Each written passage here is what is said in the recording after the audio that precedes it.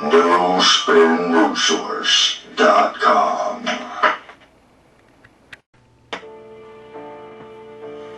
If I wanted America to fail, to follow, not lead, to suffer, not prosper, to despair, not dream, I'd start with energy. I'd cut off America's supply of cheap, abundant energy. I couldn't take it by force, so I'd make Americans feel guilty about using the energy that heats their homes, fuels their cars, runs their businesses, and powers their economy. I'd make cheap energy expensive, so that expensive energy would seem cheap. I would empower unelected bureaucrats to all but outlaw America's most abundant sources of energy. After banning its use in America, I'd make it illegal for American companies to ship it overseas. If I wanted America to fail, I'd use their schools to teach one generation of Americans that their factories and their cars will cause a new ice age, and I'd muster a straight face so I could teach the next generation that they're causing global warming. When it's cold out, I call it climate change instead. I'd imply that America's cities and factories would run on wind power and wishes. I'd teach children how to ignore the hypocrisy of condemning logging, mining, and farming while having roofs over their heads, heat in their homes, and food on their tables. I would never teach children that the free market is the only force in human history to uplift the poor, establish the middle class, and create lasting prosperity. Instead, I demonize prosperity itself so that they will not miss what they will never have. If I wanted America to fail, I would create countless new regulations and seldom cancel old ones that would be so complicated that only bureaucrats, lawyers, and lobbyists could understand them. That way small businesses with big ideas wouldn't stand a chance. And I would never have to worry about another Thomas Edison, Henry Ford, or Steve Jobs. I would ridicule as flat earthers those who urge them to lower energy costs by increasing supply. And when the evangelists of common sense try to remind people about the laws of supply and demand, I'd enlist the sympathetic media to drown them out. If I wanted America to fail, I would empower unaccountable bureaucracy seated in a distant capital to bully Americans out of their dreams and their property rights. I'd send federal agents to raid guitar factories for using the wrong kind of wood. I'd force homeowners to tear down their own homes built on their own land. I'd make it almost impossible for farmers to farm, miners to mine, loggers to log, and builders to build. Because I don't believe in free markets, I'd invent false ones. I'd devise fictitious products like carbon credits and trade them in imaginary markets. I'd convince people that this would create jobs and be good for the economy. If I wanted America to fail, for every concern I'd invent a crisis, and for every crisis I'd invent a cause, like shutting down entire industries and killing tens of thousands of jobs in the name of saving spotted owls. And when everyone learned the stunning irony that the owls were victims of their larger cousins and not people, it would already be decades too late. If I wanted America to fail, I'd make it easier to stop commerce than to start it, easier to kill jobs than create them, more fashionable to resent success than to seek it. When industries seek to create jobs, I'd file lawsuits to stop them, and then I'd make taxpayers pay for my lawyers. If I wanted America to fail, I would transform the environmental agenda from a document of conservation to an economic suicide pact. I would concede entire industries to our economic rivals by imposing regulations that cost trillions. I would celebrate those who preach environmental austerity in public while indulging a lavish lifestyle in private. I convince Americans that Europe has it right and that America has it wrong. If I wanted America to fail, I would prey on the goodness and the decency of ordinary Americans. I would only need to convince them that all of this is for the greater good. If I wanted America to fail, I suppose I wouldn't change a thing. Good afternoon, ladies and gentlemen, all across the world, wherever you may be. I am your host, Kari Ilonummi, with your NoSpinNewsSource.com monthly report for May 11th, 2012.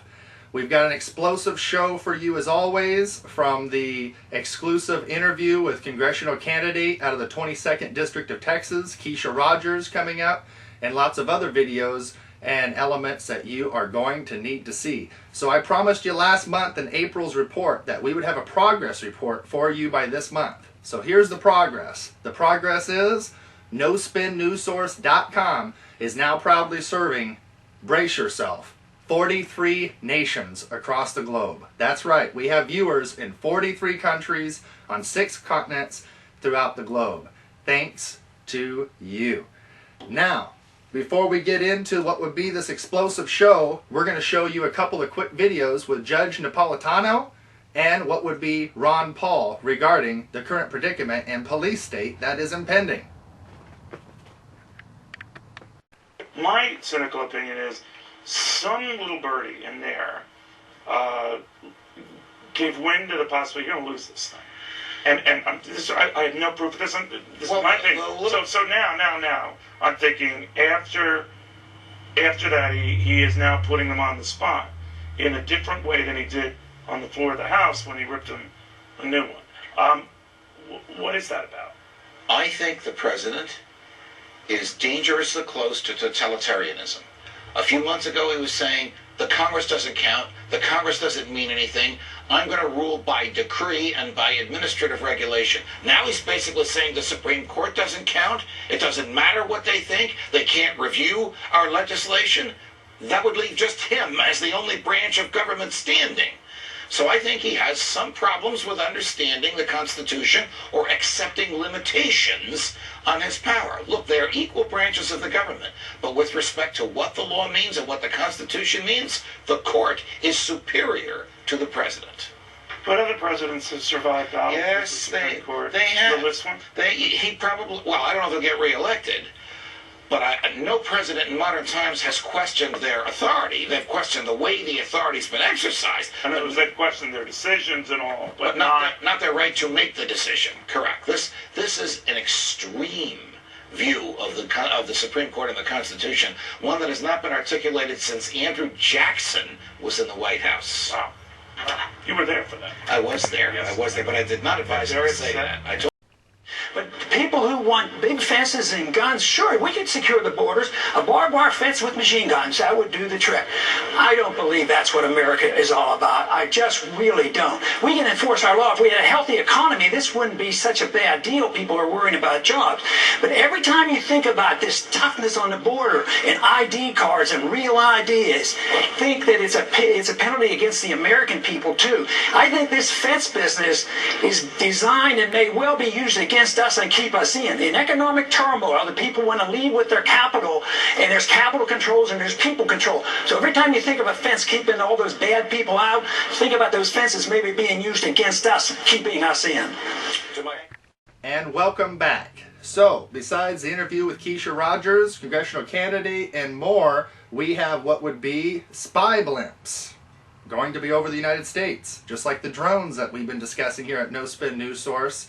And Seattle, Washington's already put out an order, the Department of Homeland Security, to be having these drones on the streets of Seattle by 2014. So besides that, we have video of Cass Sunstein, former professor and currently Obama administration, what would be official policymaker and what would be advisor, calling upon what would be the imprisonment or taxation of people that are conspiracy theorists. That's right. For even theorizing on anything that's considered conspiracy, they are talking about rolling out the tanks or whatever it takes and putting you away, or people like me.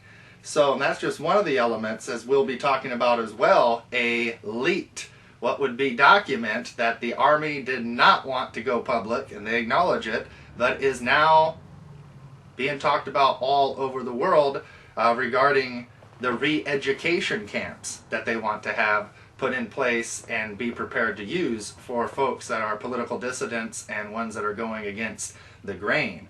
So, we'll move on to some articles first before we go into that. We have Russian leaders warning of a preemptive strike on what would be the European missile defense system. Russia demanded that that President Obama put into writing a guarantee that NATO systems of Eastern Europe were not being aimed at them. The Obama administration, along with NATO, refuses to provide Russia with this assurance. Now, we're being told that what would be this missile defense system is all about Iran. We got to be careful, so we got to put this there for Iran. But anybody who actually knows about Iran, not those idiots that listen to Fox and CNN News and you think that we got to bomb them before they bomb us. Not you idiots, but those actually people that know what's happening in Iran. Those are usually the people who are somewhat aware of what's going on at home too, such as how bad this president really is and whatnot. Those folks know that it's really not so bad in Iran and Syria. There's chaos spreading, but it has nothing to do with the regimes of those nations. It has to do with illegal, unconstitutional plays, such as by President Obama and others that are coordinating efforts to disrupt and to actually throw these countries into turmoil and cause regime change, which is absolutely illegal and immoral and unconstitutional. And I remind folks, friends of mine that say, but Kari, we're going in there in the name of peace, and we got to do this to help the poor protesters in Syria, Iran, Libya, Afghanistan, and wherever. I remind them, well, what happens when these other nations decide to come to our nation and shove their antics down our throats and overthrow our president or whomever because they think they are invading our constitutional rights? So obviously Obama's doing that, and we're heading toward that slippery slope where at some point in the future, just like how we're talking about now going into China because they're not being good to their citizens supposedly, well, guess what? Eventually these countries are going to pull the same rhetoric and crap on us. And they don't have that right either because it's our president, it's our bag of dirty laundry and garbage, and we're the ones that have to take care of that. And that's our job. So, Russia is not playing any punches. They are letting the world know, as they will not even be going to the NATO summit in Chicago here in a couple weeks. They're letting the world know, flat out, they're not playing games. And they don't want World War III with the United States. This is what's going to progress, and the American media is already portraying that China cheats, and what would be Russia is doing bad things too. And we have what would be the Mitt Romney labeled Russia as enemy number one and labeled China as a cheater. So we could see the heat beginning to ferment behind the scenes and becoming to come on mainstream media now, as I've been discussing this for what would be a year come next month, as of June 2012, which will be a year of the video and audio reports and No Spin News Source website in general, that we've been discussing China and Russia for some time, and not that they are enemies ultimately, but what's going on is that we're being played into a World War III showdown against these nations. And if you want to know who the collaborators are, it's not Barack Obama. He's just an idiot puppet on a string. It's really the Queen of England and her consorts, as this still literally is the British Empire. So, Russia rightfully is doing the same thing that we would do if, let's say, if another nation wanted to set up an anti-ballistic missile system right on the border of Mexico and the United States, one that could take out all of our strategic targets and whatnot and bases as well. What happened with the Cuban Missile Crisis? We were ready to go in and invade, right? What's the difference? This is the opposite of the Cuban Missile Crisis, but the same type scenario being played out. What was going on down in Cuba was going on to arm them, to prepare them to take out variables in the United States. What's going on over in Eastern Europe is the same thing. And anybody in the know realizes this. And if I'm wrong, being the conspiracy theorist, more like factualist that I am, if I'm wrong, then how come NATO or the president will not provide in writing to Russia that this is not targeted at you and this is just for Iran? If it's there for Iran, then they could give those guarantees, unless it's all BS to begin with and Russia has called the bluff. So if you think Russia's bluffing, I say they're not.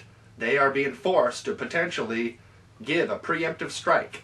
And remember, this month, this ballistic missile system is supposed to be going online. So there is a remote possibility by the time we have our June 5th monthly report for 2012, we may be already at the beginnings of what we'll be looking at World War III. I may be having to discuss the fact that those countries have been bombed back to the Stone Age, or at least those areas where the missile defense system is located. We may be forced to discuss these issues on our next show. We have a police officer in DeKalb County, Georgia, named Jared Wheeler, with a history of violent conduct. 3 official complaints filed against him on the record within the past 12 months alone. Has been accused of drop-kicking a 9-month-old pregnant woman in the stomach, forcing the victim, her name is Miss Dozier, to have an emergency C-section from the baby being kicked and defecating inside of her. If you want to know why the police were at this woman's home, what was going on, what did the lady do to earn this treatment, she really didn't. The police were not even at her home for her. They were there to discuss with her brother an issue regarding child custody. So what happened was there started to be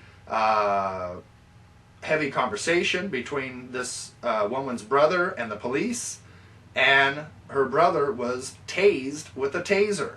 She didn't understand why that was. Being a 9-month pregnant woman, she was somewhat emotional. So she started crying, she started yelling. She didn't use any violence, she didn't get in the way and obstruct the police officer's investigation. She just simply got upset and questioned and posed her opinion. The police officer didn't like that, just like a lot of cops out there don't, when folks like us step to the plate and tell how the Constitution and law works. They don't like it. They feel like we're stepping on their shoes. I mean, don't get me wrong. We love and support the police here at NoSpinNewsSource.com. But for those fascist ones out there, or people in the military that are against our rights, who are willing to disarm the American public and go with whatever New World Order, well, remember, you get classified as enemy, foreign or domestic. And remember that. So the rest of us that have sworn upon an oath, just remember where you're standing in history. It's a crosshairs, buddy. So, this police officer was out of his league and hopefully is going to get fired for this. Now, the precinct is saying that within what he did, and I don't have the exact quote, I believe the quote was within procedural protocol or something like that, but the police force down there is condoning his actions and covering things up as they tend to do from time to time. We have what would be on 4/26/2012 the Senate Armed Services Committee hearing. Kathleen Hicks, the current Undersecretary of Defense for Policy, along with Derek Chollet, which is the National Security Council Senior Director for Strategy, both agree and have stated that the UN strategy for Syria is failing and causing more violence, not a peaceful resolution, rather. The SEC is investigating at least 5 Hollywood studios, including 20th Century Fox, Disney, and DreamWorks Animation, which is run by President Obama's largest financial donor, Jeffrey Katzenberg, for allegedly making illegal payments to Chinese politicians in a backroom deal facilitated and attended by none other than Vice President Joe Biden. Allegedly. Interesting. And speaking of Joe Biden, he'll be on the show today. I won't be interviewing him, but he'll be discussing Obama's big stick. And that'll be the sense of humor portion that we'll be ending with later. So, Rutgers University has just conducted a study which has revealed its findings in which literally 85% of all college graduates across the nation are being forced to move back into their parents' homes. That's right. How horrible is that? You think you're going into this deep debt for the sake of your kid or grandkid, or they're going into the debt to find out they got to move back in with mom and dad because there is no job waiting for them. They have their master's degree in whatever subject or field. I'm a Washington State University Master Gardener, but what kind of jobs are there out there for folks like me? Not a whole lot. If we had a Franklin Roosevelt in office for a presidency, there would be tons of jobs. The difficulty would be where to spend the time on the job application. Yeah, that would be the difficulty. Where do I want to work versus where can I find enough dollars just to pay the bills, which is very common in the day and time in which we're in today. The U.S. secretly releasing now as well, according to RT News, what would be high-ranking Afghan militants as part of a bargaining chip. So we spent all this time and money obtaining all these so-called Al-Qaeda terrorists, or excuse me, Afghan militants in this case, and now we're dropping them off and letting them go in places like Syria and Iran, which is kind of funny, to do dirty deeds and do what they do best, terrorism. Okay. We have an article by John Henry Weston of LifeSiteNews.com from March 5th, 2012 regarding Pepsi. You know, we're here breaking the news. We talk about the topics that are just out there, crazy, over the top. But who has the facts straight and who tends to be ahead of the trend? NoSpinNewsSource.com. So, Pepsi is using, you ready for this? Aborted human fetuses. That's right. They're using the remains of an abortion in their soda for flavor enhancing. And it's perfectly legal too.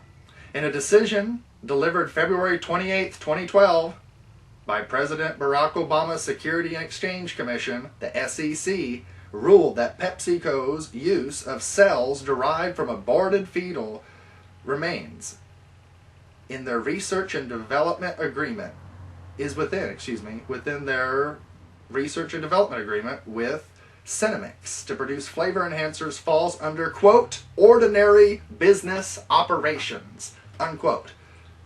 So if you think it's crazy that there is aborted babies ground up and put into your Pepsi that you could be sitting on right now, that's right, sipping on as you're watching the show, well, just remember it's only ordinary business operations according to the SEC to be a cannibal. That's interesting.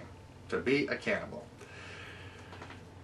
So, my mom is a big Pepsi drinker, but she's actually now boycotting Pepsi and going with alternative flavors. So, she's still drinking soda, but she doesn't like her pop enough to eat a baby fetal remains.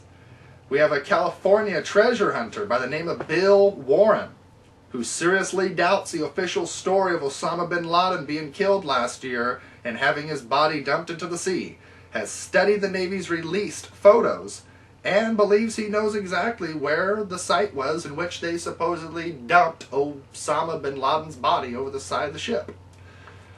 You gotta admit, it's kind of weird, isn't it, though? The guy we've been looking for all these years, and Obama comes in with the credit, but yet he gives us no proof. They say they got DNA. They say they know, and you can believe them.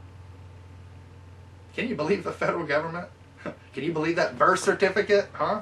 Or how about that social security number on that birth certificate that's not even issued from Hawaii? It was issued from Connecticut.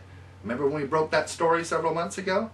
Remember a couple months back how we said the birther issue is going to be the biggest issue? We said in January, February of this year, it'll be the biggest issue of 2012 in the news come summer. Be one of the top issues.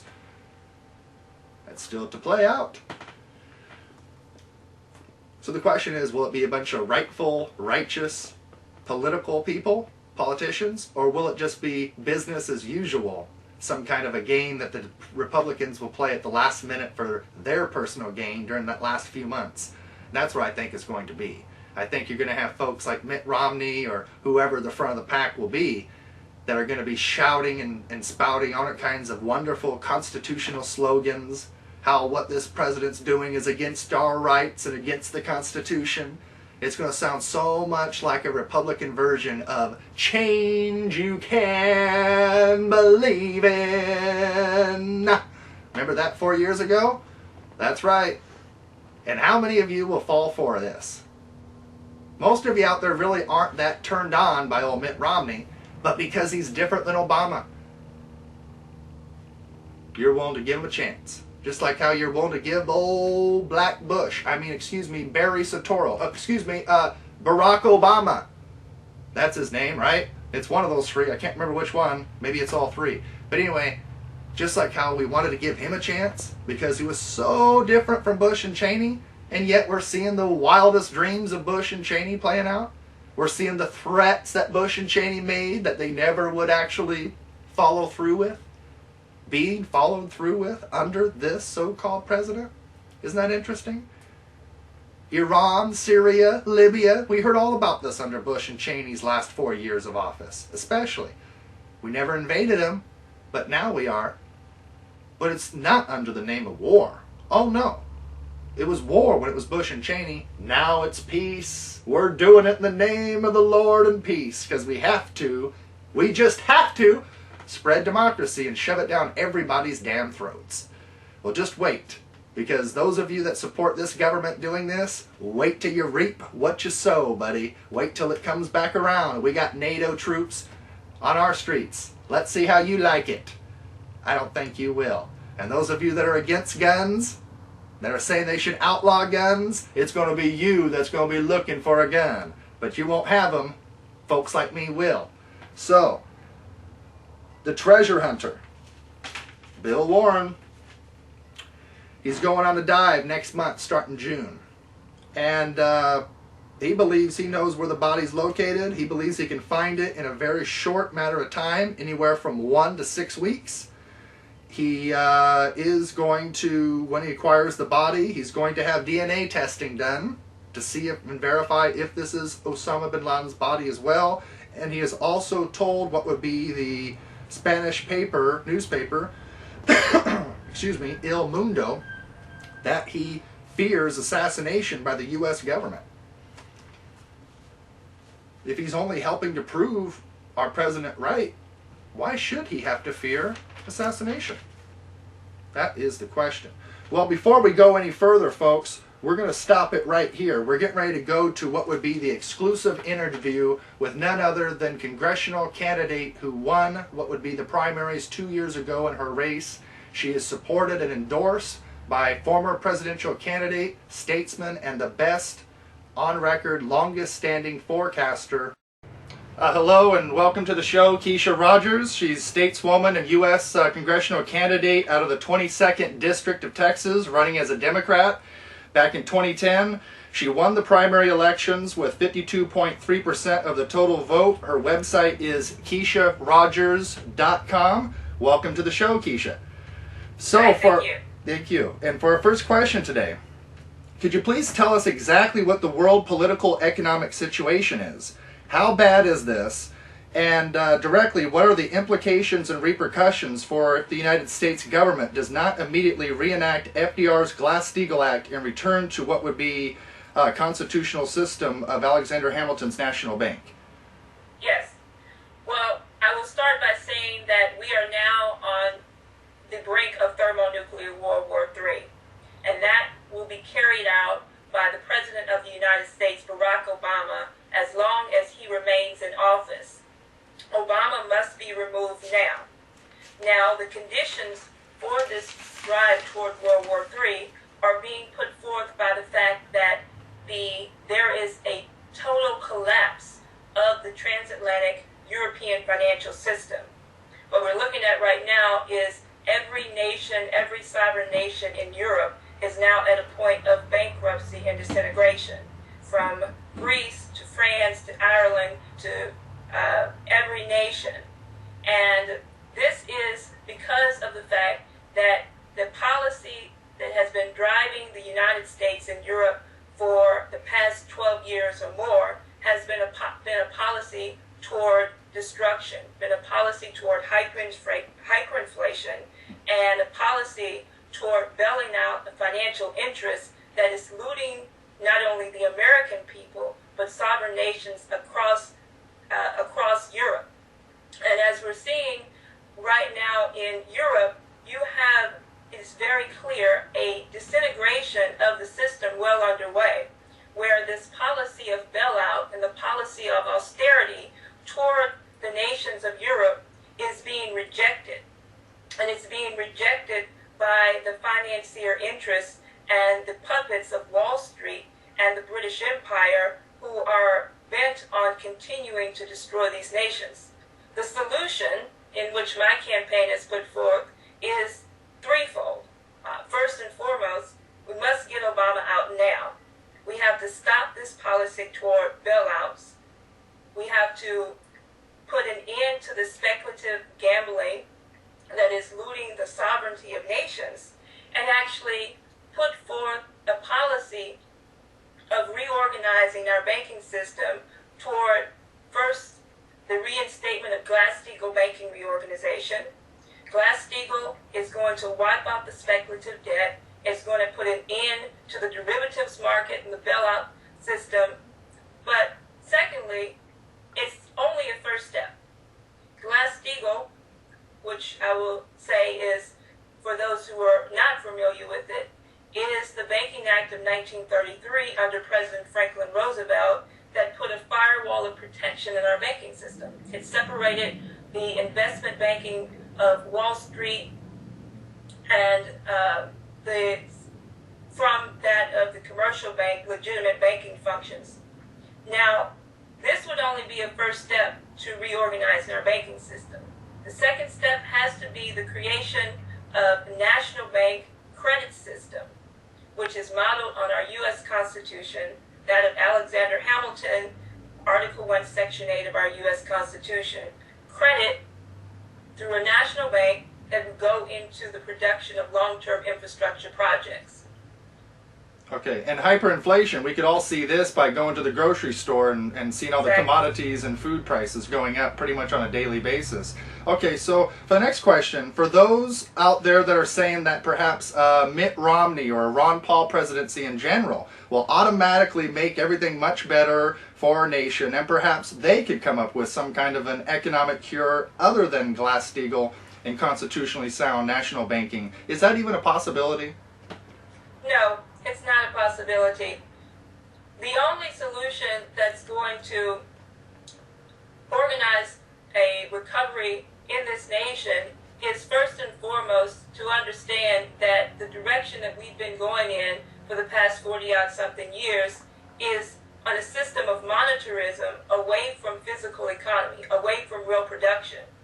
And the solution is that we have to go with an economic recovery plan of a national banking, and this is what Ron Paul is opposed to. He's opposed to Glass-Steagall. He's opposed to a national banking policy. Yes, he is. There is going to be no policy of reorganizing the Federal Reserve in and of itself without the reorganization of this banking system.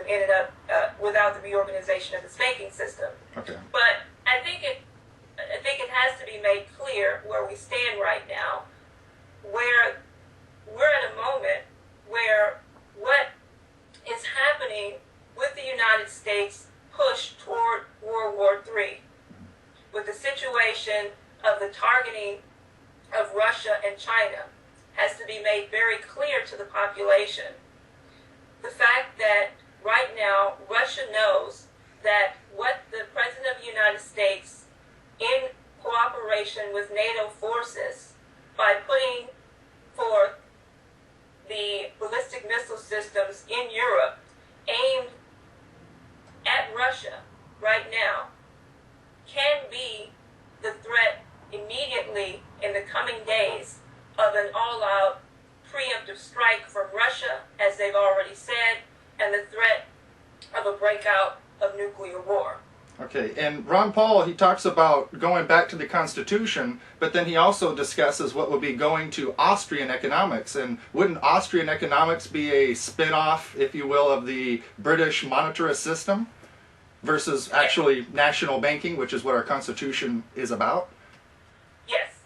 What Austrian economics represents, what Ron Paul, the policies of Obama, they're both the same in terms of economic policies, because they're both modeled on the policies of the anti-American system, which was that represented by people such as Andrew Jackson. Mm-hmm. Andrew Jackson's takedown of the Second National Bank was a direct policy of opposition of Hamilton direction of both his predecessor, which was Van Buren, and also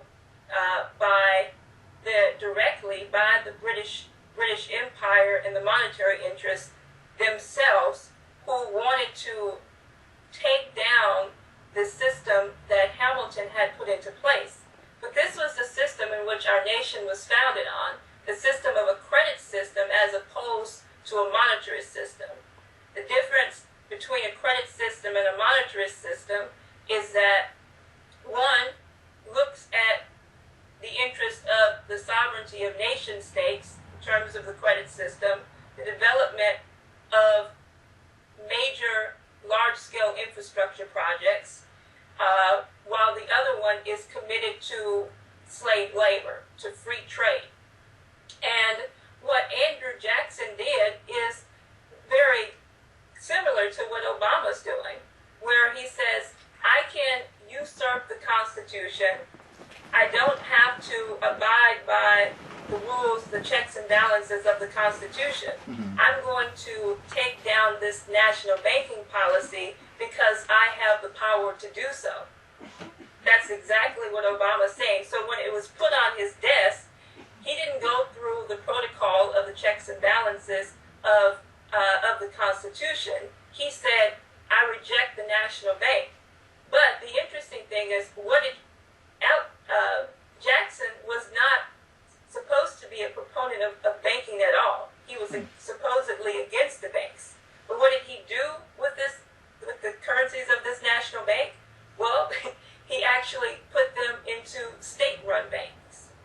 So you take what Alexander Hamilton was doing with the creation of the national bank is that he took the debt of the various states and he put them into one debt, into the national debt, the federal debt, where we would create credit at low interest rates for long-term development to pay out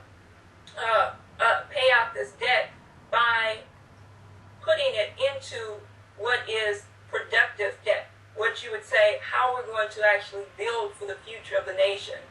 Yes. What the credit policy is that it says it's not taking on what has already been produced. It's actually taking on which is to come. And that's what people miss out on. Ron Paul doesn't have a sense of the future. He says, how do we pay for what we already have used or already have built? He doesn't say, how do we actually organize the nation toward a 25-year, 50-year perspective down the line. And that's what the Austrian school is missing out. Without the commitment to a future reorganization of long-term development and collaboration, massive infrastructure projects, without credit being invested into this, then it's not adequate.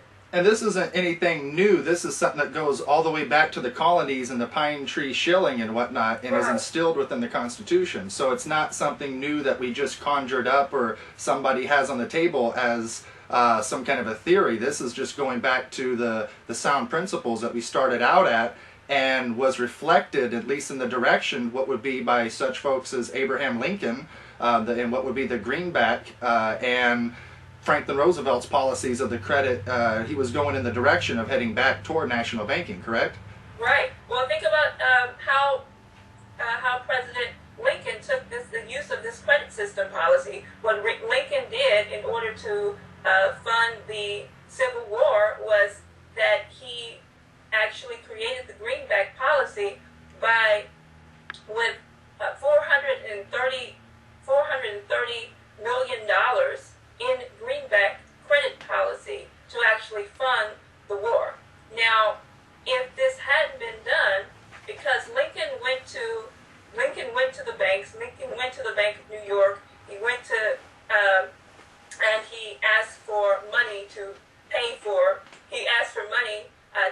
the war, and he was rejected, and he didn't know what he was going to do. But because of our constitutional policies, because of the policy of the Hamiltonian credit system, he was able to use this as a means for creating the policy for the greenback, which in essence led us to the victory of the Civil War for the Union. And without such notable statesmen in times such as FDR and what would be Lincoln going in this direction, we would not have won those conflicts if it wasn't for going in that direction. Would you agree with that? That's right. There was no way around that. Okay. Another question I have is the Queen of England still a relevant power and influence within the world today, or did all that change with World War II? No. The Queen of England right now is continuing the policy of the British Empire and their drive toward the elimination of billions of people on the planet. And let me give you an example of that.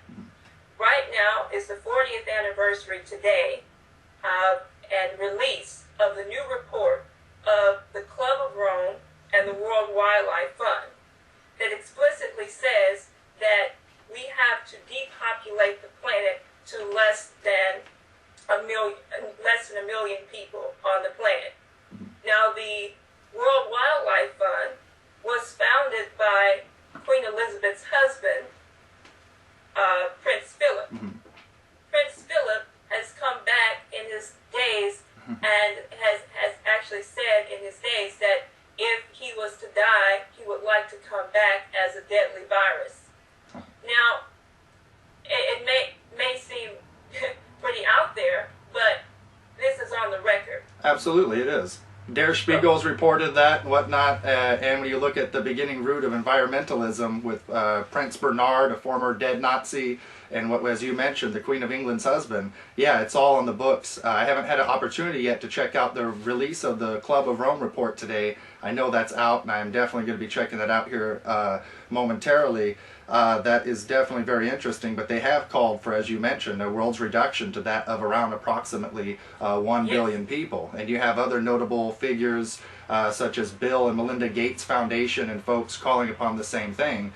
There'll be video that I'll be showing here on this report as well on the May monthly report regarding Bill Gates calling to remove grandma's last 3 months of health care to save 10 teachers' lives or 10 teachers' jobs. But if you know Alexander Hamilton and the credit system, we can still protect grandma and still actually create jobs and protect the teachers too. So it really is, we don't have to choose yay or nay. We don't have to go down that slippery T4 slope and whatnot into Nazi Germany, obviously. They try to say that there's only one option, but there obviously is more. So my question to you is, who is the true enemy of the United States, and is that enemy Russia and China? The true enemy of the United States is the British Empire. And this is the enemy who my campaign, Mr. LaRouche, and our political organization has continued to expose as the true enemy of the United States, because their intention is the elimination of billions of people from the planet, and they've made that clear.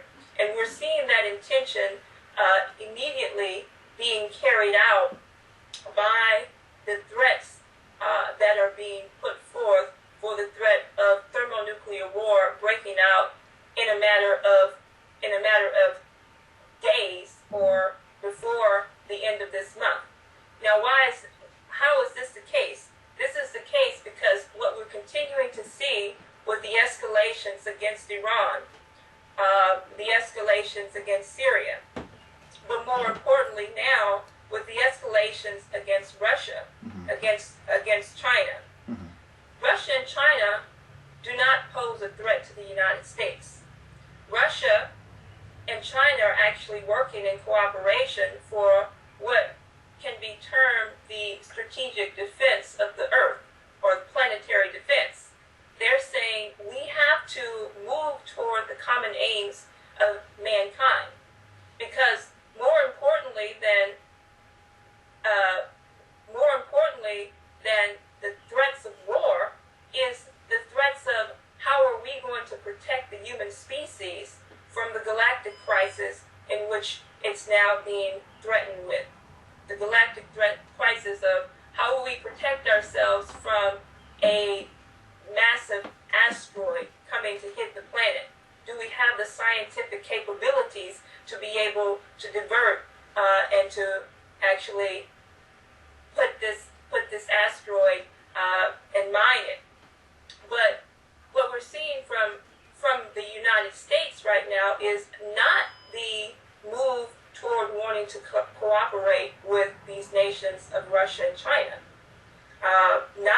to move toward collaborative development in reaching these scientific goals toward the common aims of mankind, but are being put forth by the Obama administration to push the policies of his British backers, of the Wall Street and London financial interests, whose system, as I said earlier, is absolutely bankrupt.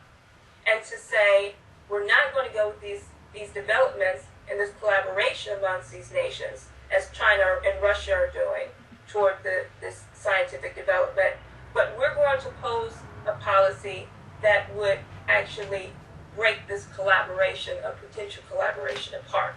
And the SDE presented by Russia and China is basically them coming to the table and trying to avert what would be a thermonuclear World War III. And what would be the brainchild of this project going back a long time ago to the early 80s is none other than what would be Lyndon LaRouche as well. And now we're seeing it coming back as what would be obviously the only viable option to prevent this World War III scenario. So now you've been calling for the impeachment of President Barack Obama. Why is that? Is he an impediment to creating this SDE and going back to national banking? Or is there some way that we can isolate him and somehow work this way through? So do we have to start with impeachment? Does he have to leave office, or is there an alternative? Well, we can isolate him by putting him in a padded cell. I agree with you there. But what the president, what Obama represents is the continued policy of opposing our Constitution.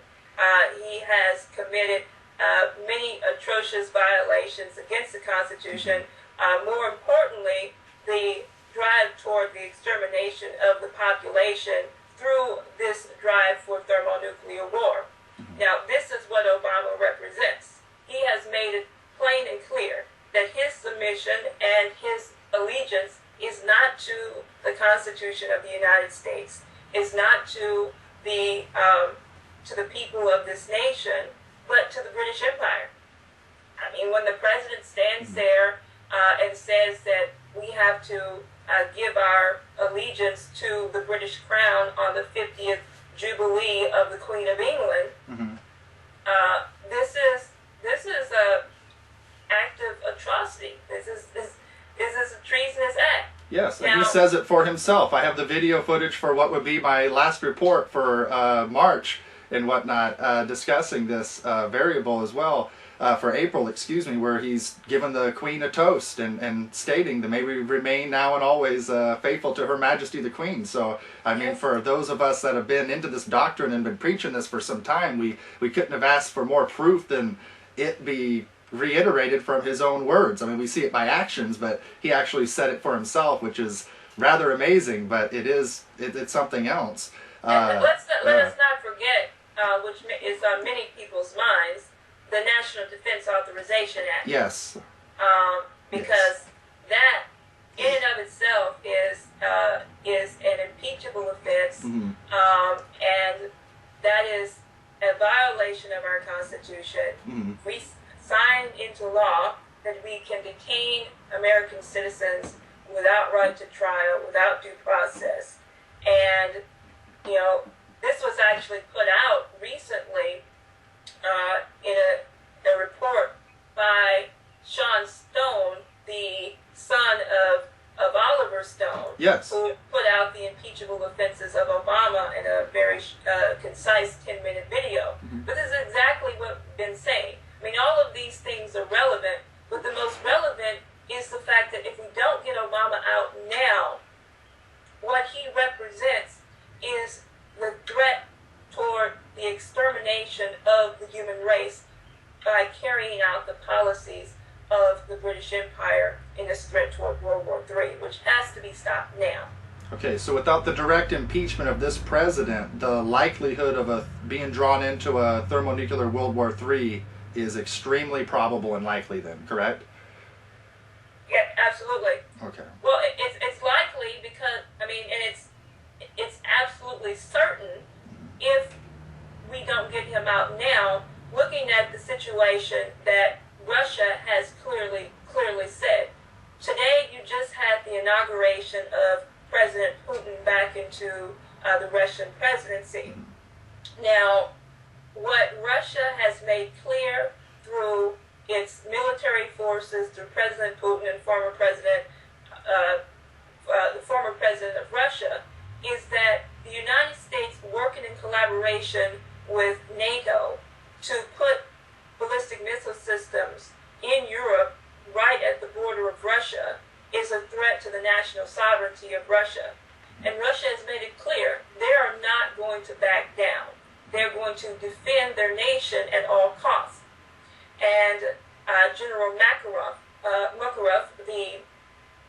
one of the leading generals of the armed forces of Russia, has come out and said that they are prepared for preemptive strike as soon as the plans for NATO to put these missile systems at the border of Russia in Europe is carried out. So you would say Russia is being pushed into the corner, basically, and being forced to protect themselves, basically. So they're not wanting to push a World War III with us. They're more being backed into the corner, left with really little or nothing else but they can do to protect their nation. Absolutely. And they're going to defend and protect their nation at all costs. And the American people have to wake up. We have to realize that what this represents is a threat to the existence of mankind. This has to be stopped now. This means Obama has to go. And so people who are sitting there with the threat of thermonuclear war staring them right in the face and saying, well, we'll just see what's going to happen after the election. They're not in reality. No. The thermonuclear war is not waiting for an election. Obviously. It's not waiting for November. It's not waiting to see when we flip a coin, heads or tails, for the lesser of two evils, Obama or Romney, whether or not we're still going to be around to see the light of day. Absolutely, and that makes sense. And the British Empire knows as well, since their monetarist boat is taking water, that they might not necessarily be able to survive if they were to play this out past an election scenario as well. So they know their man is in the White House that can and will be willing to do the job. So it's kind of a scenario where they're trying to go all out to see to it that they have an opportunity to produce results that they weren't able to do under the Bush-Cheney era, but they know that they can do now, but they know their time may be numbered as well. So they're limited on their end with nothing other they can do but go balls to the walls and throw us into this nuclear exchange scenario because, as mentioned before, we did it through free trade. Nations such as China has been built up and our industries went over there, but now the British Empire cannot have a Chinese-Russian sector dominating the globe for if their monetarist system completely goes down, and that's the last thing they want. So now everybody's in the crosshairs of this British imperial system. Wouldn't you agree with that? Yeah, this is exactly what's happening. The question is, what's the solution? That's what the American people are looking for. Mm-hmm. I'm an organizer. I go out every day to educate the population, to give them a sense that what we see erupting throughout the planet, in Europe right now, is an American-style revolution. Just to put forth the point here, we just had elections in France. And what shaped those elections in France is really the fact that we had a presidential candidate, Jacques Cheminade, who is affiliate of the LaRouche political organization and our national international campaign. Cheminade made it clear that the threat against Europe, against the sovereign nation states of Europe, was the British Empire and their continued policies of looting these nations. And because of what he did, we actually shaped the way for now the ouster of Sarkozy. But this is just one example. The fact that you now have Hollande, who is the new president of France, who said in his presidential campaign that he was not going to go along with the interests of the banking interests, who said that he was going to actually go for a separation of the banks. Separation of banks can be an equivalent or could equal to that of Glass-Steagall banking reorganization. We also saw in Greece where the people of Greece voted out the austerity bailout parties. The two top parties in Greece were voted out, and the people in Europe and Greece said that we want no more of this austerity against the people. So this is just examples of what I would call an American-style revolution that's erupting throughout Europe. And the interesting question is, where are the American people in the American Revolution that's now re-emerging? How will we actually stand in that force? That is a good question. Absolutely. So what is the current state of NASA? That's your district, right? The 22nd District of Texas. And why is keeping NASA funded so important for us today and for the future generations of mankind? Keeping NASA funded and the full funding of NASA is for the strategic and planetary defense of the Earth. Because what is essential is it's not just about the keeping of the jobs, but we have to be able to defend ourselves as a species from the threats of mass extinction and the galactic crisis that's now threatening us. Now, what NASA would represent is actually in the direction of what we've discussed already, what Russia is proposing, what we're already seeing the Chinese doing in terms of not just a move toward man's mission and recognition of his position and authority in mastering the galaxy and mastering space from the standpoint of colonization of the moon, mining of helium-3 on the moon, but going into the outer galaxy of space, including Mars and so forth. But what we see NASA is exemplary for is the scientific improvements and direction of where mankind should go in his endeavors of advancing the creative powers of man. Okay. What we can see right now in terms of the cooperation necessary for these nations such as the United States and Russia and China and other nations toward the common aims of defending mankind on the planet. It gets to the reasoning or what the role of NWAPA, the North American Water and Power Alliance, would represent as a stepping stone to that. Okay.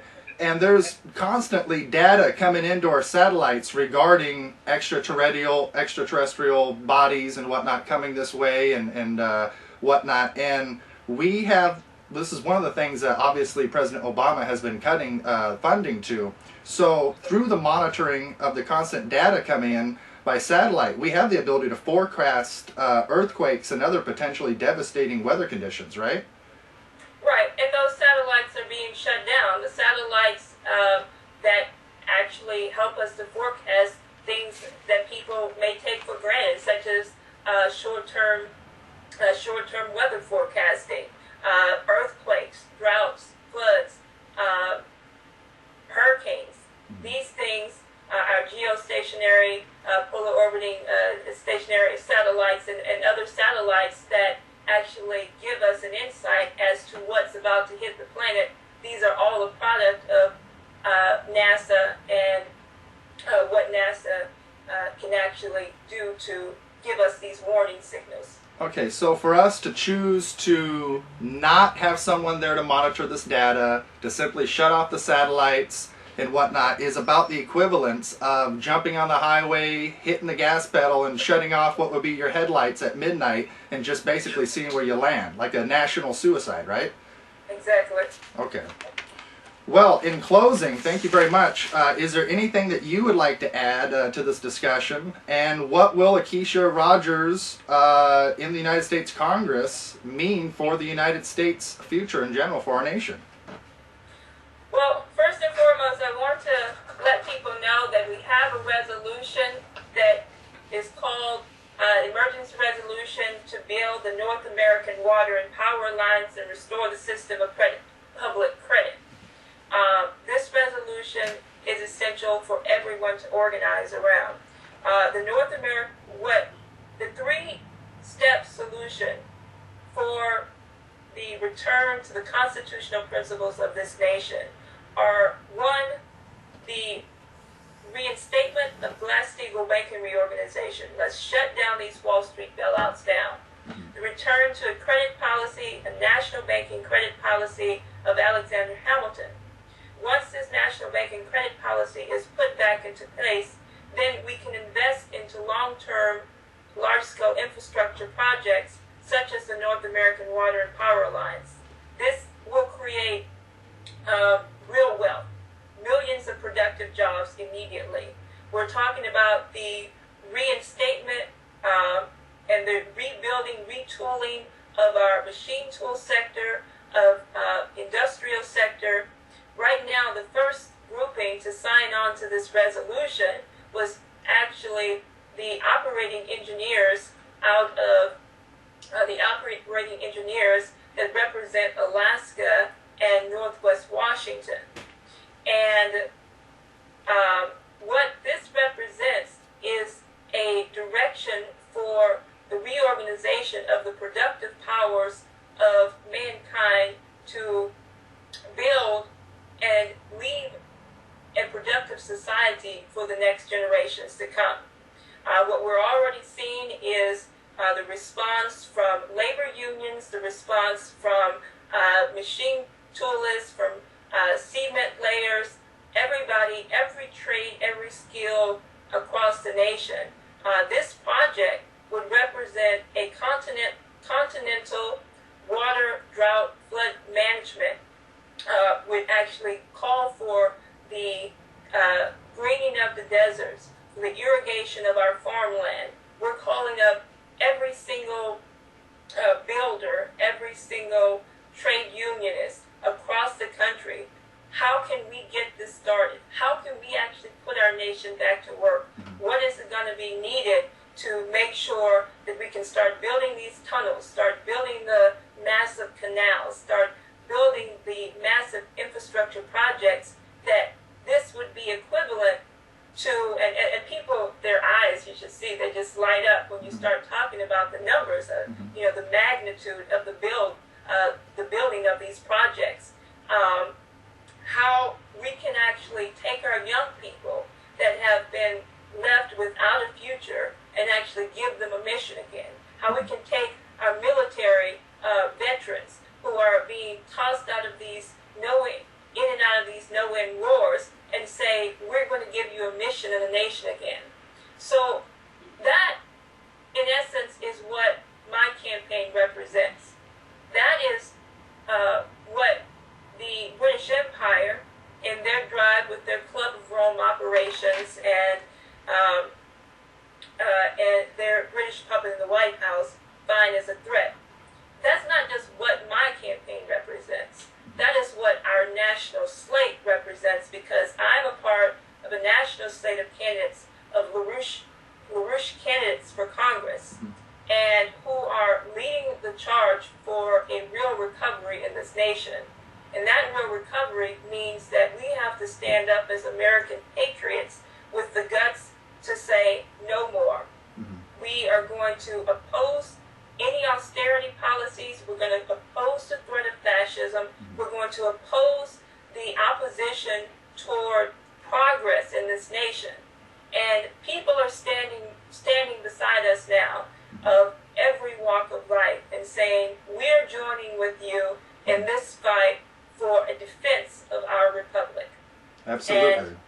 And we look forward to more people joining in that fight as American patriots and saying, we now want to stand with other patriots in defense of our nation, in defense of our Constitution. Obama has to go now. Let's rebuild the nation again. Absolutely. Well, we're here with you, that's for sure, in the fight. We want you to keep it up. Thank you so much for coming on the NoSpinNewsSource.com monthly report for May 2012, and we would look forward to having you in another interview later on. And if anybody wants to see more on my website, it's Kesha for Congress, KESHA for Congress.com, and I look forward to any comments you have. Thank you. Absolutely. Have a great day and keep up the fight. Thank you.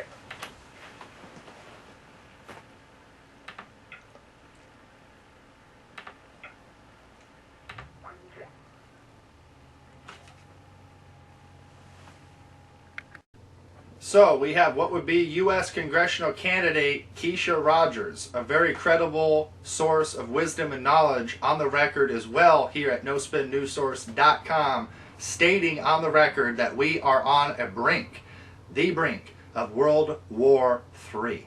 That's right. We see hyperinflation at what would be the gas pump and the grocery stores, as just mentioned there. We see it everywhere within the price of food and commodities in general, all across the boards.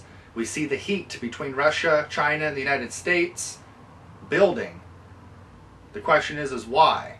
And as she labeled, the British are still powerful, and the British Empire, not Russia or China, are the only true enemies of the United States. Now, under this police state that we have coming in is on the topic of the blimps that we discussed earlier. And now we're going to show you that article video by RT regarding the spy blimps.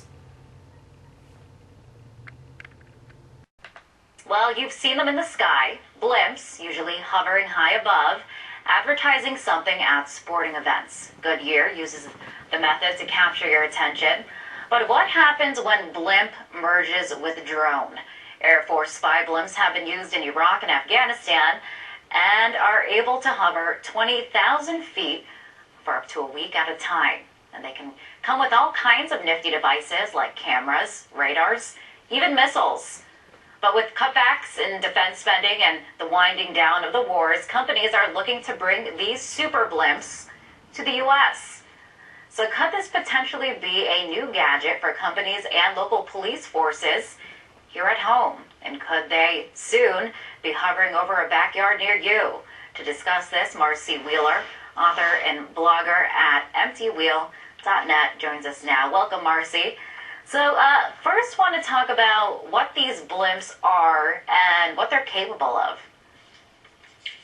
Well, they're big blimps, and they are capable, I think one of the big concerns about them is they're capable of staying up in the air for 5 days at a time, probably for less money to run than the drones that some police stations around the country are already buying, and that means they might be more popular there.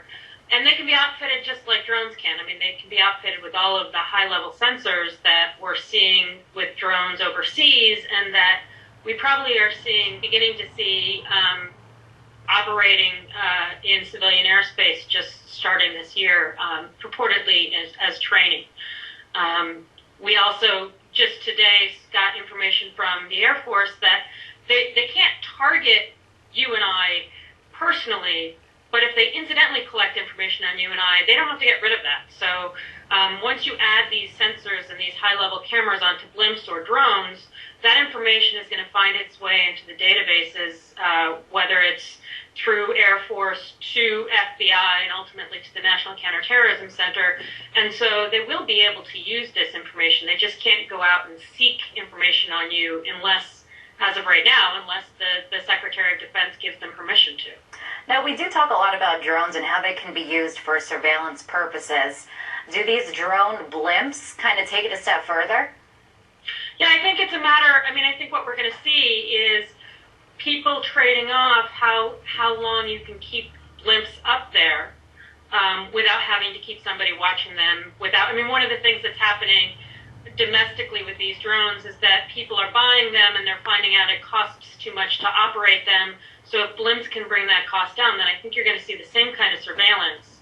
High level, you're not necessarily aware of it, but you're going to see it operating locally in a way that you otherwise, drones might be too expensive to run. So is there a real possibility that local police forces could get a hold of these drones? And if so, what could they use them for? Well, the drones and the blimps. I mean, I think one of the reasons why companies are even trying to sell these to local police departments is because there's all this Homeland Security money available. So in other words, there's slush money out there. They're the ones who have money to spend, so they can go and sell them as some kind of application. And some of the applications make sense. I mean, both drones and blimps would make sense, for example, for EPA monitoring. So either for monitoring industrial farms, or for monitoring spills, or for monitoring the environment. That all makes sense. But the blimp in particular was selling itself as one of the applications as crowd control. So they are anticipating, or they're at least claiming to anticipate using these in things like monitoring protests. And we did see the crackdown at the Occupy Wall Street protest. Sometimes it was a very brutal crackdown. You saw police in riot gear wearing using pepper spray. Some say that the police reaction seems more like a military reaction. So could drone blimps be used in circumstances like that? So, when we think about the law, what is the law? The law is the Constitution. And anything that goes against that, any so-called regulation, presidential signing statement, or anything else that goes against our constitutional principles, we don't have to go by. Why is that? Because they're called null and void according to our Constitution.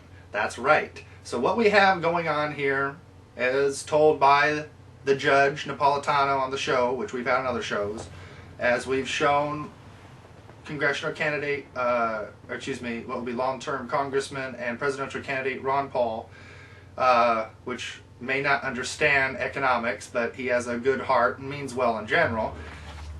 They have at least the brains to realize that a police state is coming into play.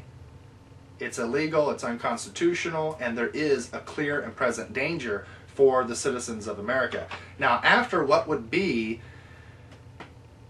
the Civil War, a constitutional amendment came in called Posse Comitatus. This explicitly states that the military is to be involved in overseas issues. They are not legally able to practice within the United States. They cannot practice on the people. They cannot be policing the people. Just like the CIA is chartered they're not allowed to do any operations in the United States as well. They are, and that's technically illegal. But anyway, so, Posse Comitatus. So, as soon as we see the police or the United States citizens involved in training with and being policed, talking about the citizens, by the military, we know that Posse Comitatus, another vital element within our Constitution, is being trampled upon and being flushed down the toilet as if it didn't exist, and they don't have to go by those.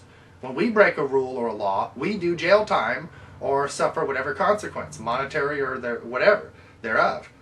But how come it's another set of system and rules and regulations for other folks?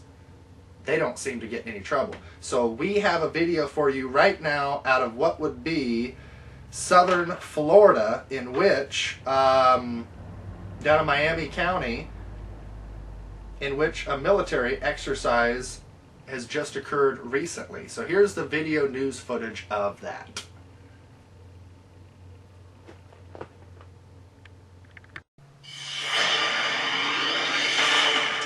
Maybe you heard it, maybe you saw it. I did.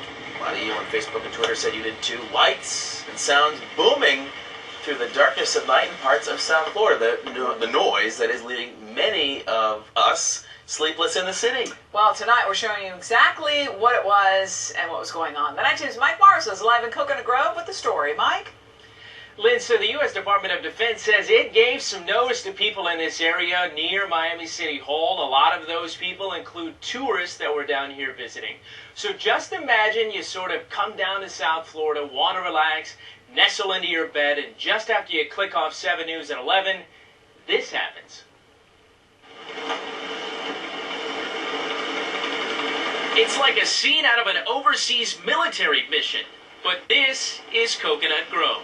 We saw like flashes and shooting, and they like the Black Hawk had like a Gatling gun in the front, and you could hear it open up and fire off. And for Art Tomczak, the 3-day U.S. military training exercise with Miami police added entertainment to his trip from Buffalo, New York. We got a thing in our room that said that they were going to have maneuvers, but I figured it would be like the next day or something like that, but not in the middle of the night.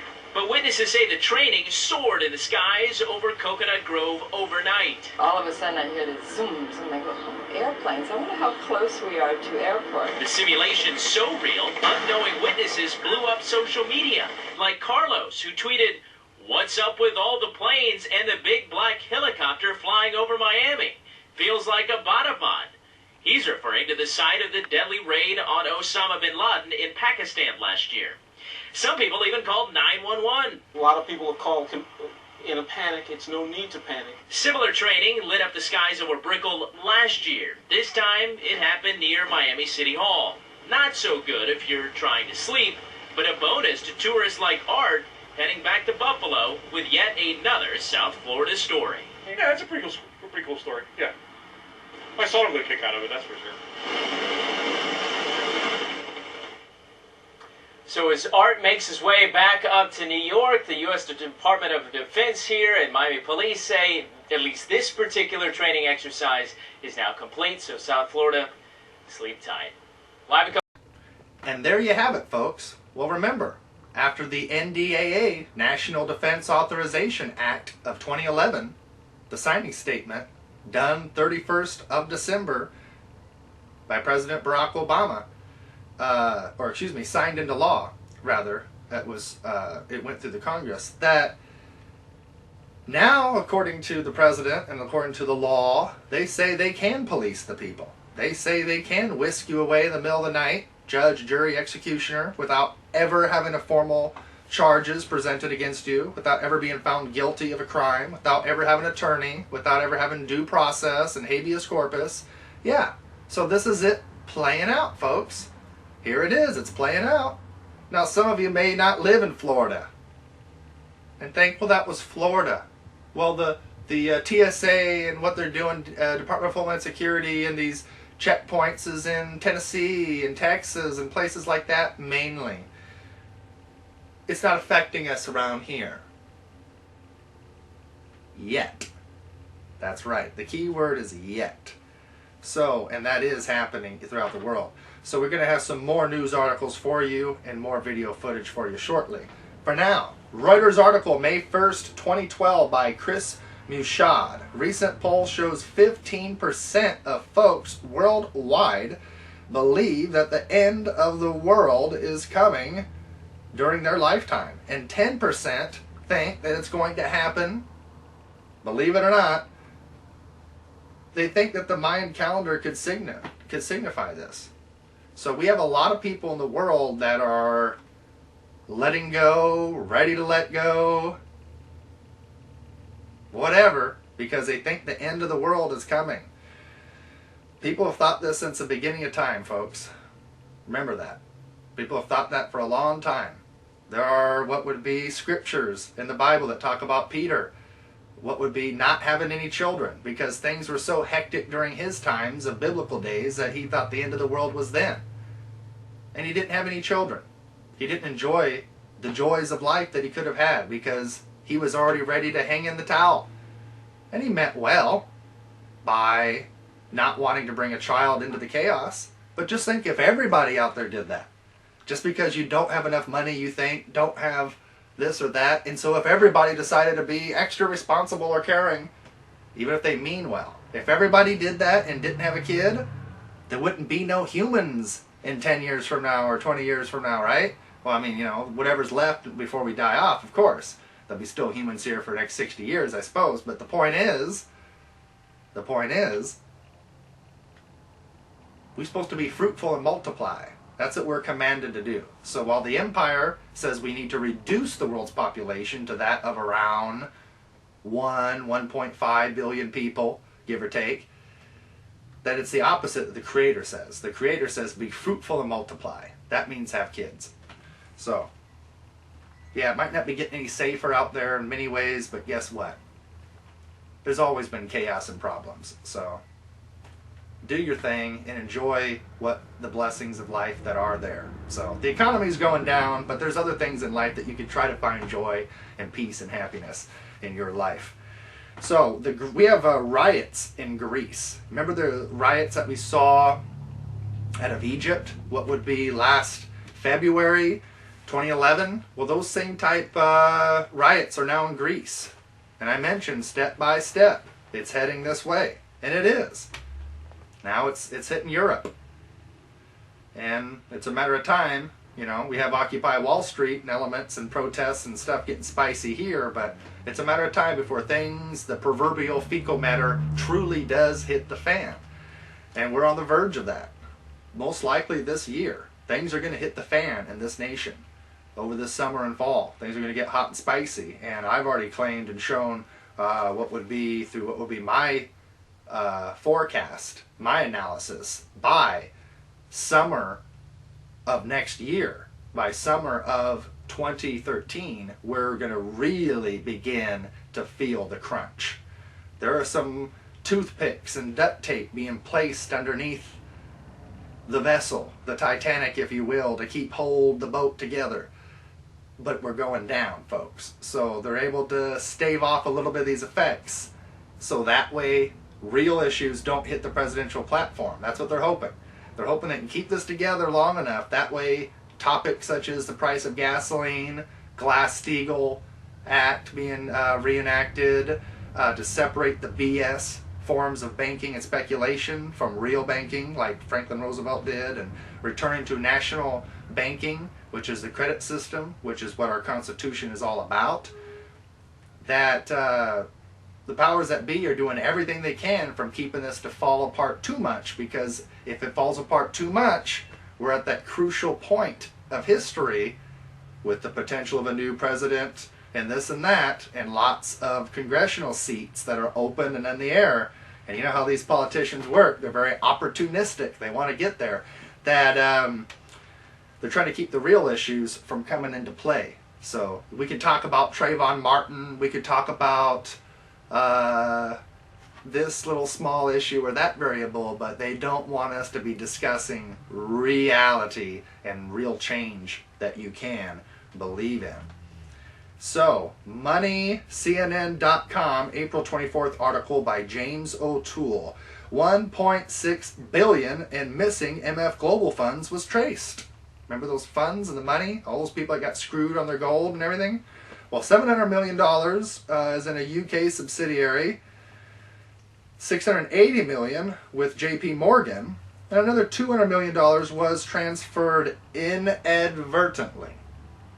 Quote, from the account securities customers to those of commodities customers. The money is now in limbo, unquote. So it's not vaporized anymore, it's in limbo. And in dispute over which customers each of those dollars belongs to. WorldNet Daily article, U.S. military developing spy chips for soldiers. DARPA, remember them, Defense Agency, Research Project, whatever agency, DARPA, says it wants to be able to help assist soldiers on the battlefield, quote, which would diagnose, monitor vital states, and even deliver medicine into the bloodstream, unquote. But privacy analysts expressed their concerns that the implants can be used for not just monitoring the health, but also decide to track, spy, and perhaps even control the minds of and actions of the soldiers. That's what they're very worried about. That's a WorldNet Daily article. Paul Ulrich, which is a co-author of the book entitled Eco Science, Population, Resources, Environment, with the mentor to President Obama's science advisor, John Holdren, states, quote, rapidly as possible, move to population shrinkage, unquote. Speaking before the London Guardian, responding to the report released by the Royal Society, which states, and this is the Royal Society's new doctrine that just came out. You can Google that. And they state, quote, we came up with the number of 1.5 to 2 billion people. So the Royal Society has stated that they came up with a number of 1.5 to 2 billion people, which is acceptable by their standards for us to be, for population on the globe. But who the hell's a Royal Society? Who the hell's the Queen of England and her consorts, the Privy Council, 800 members in Great Britain that are below her? Who are these people to decide global policy? Who are these people to decide how much we can spend on what elements within our societies and whatnot? Who are they to control our budgets? Who are they? It's the Queen of England, and they still think they run the world because idiots let them run the world. And most people don't even know they're still running the world. So, and if you think about it, I mean, some people can laugh at me and say, Kari, you must not understand with World War II. It's not a British Empire anymore. Things have changed. Well, what if for a second they haven't? What if? Strategically, it's a conspiracy theory. Brace yourself. But what if? Think about this on a level of strategy. How convenient would it be to be the #1 enemy of all the people in the world and not even have the vast majority of the people of the world be smart enough to even know the difference? How convenient would it be to be the killer that's on the block, the Jeffrey Dahmer, and yet have you thinking that it's your best friend and neighbor and the trustworthy babysitter next door? That's a convenient, powerful, strategically placed position to be in. So, conspiracy theory, or is it conspiracy fact? The Queen of England is a very real pivotal force. She's controlling actions right here in the United States. She owns this puppet presidency. Go back to our April show, the make or break, as I labeled it. And Obama will tell you for himself at the Queen of England's Diamond Jubilee Tour. Quote, may we remain now and always faithful to Her Majesty the Queen, as he salutes and gives her a toast. Go back to the April monthly report if you want to see that video footage for yourself. And then when you go back in time and watch the other videos like February, then it won't seem like such a shock to you. So, the 400-page document released by the Club of Rome, known as the 2052, a global forecast for the next 40 years. Document was released May 7th, 2012. So just shortly, maybe a couple hours, few hours before what would be the interview here with Congressional Candidate Kesha Rogers, this crucial report was released. I wasn't able to go through it that day, but I've had an opportunity since then to check this out.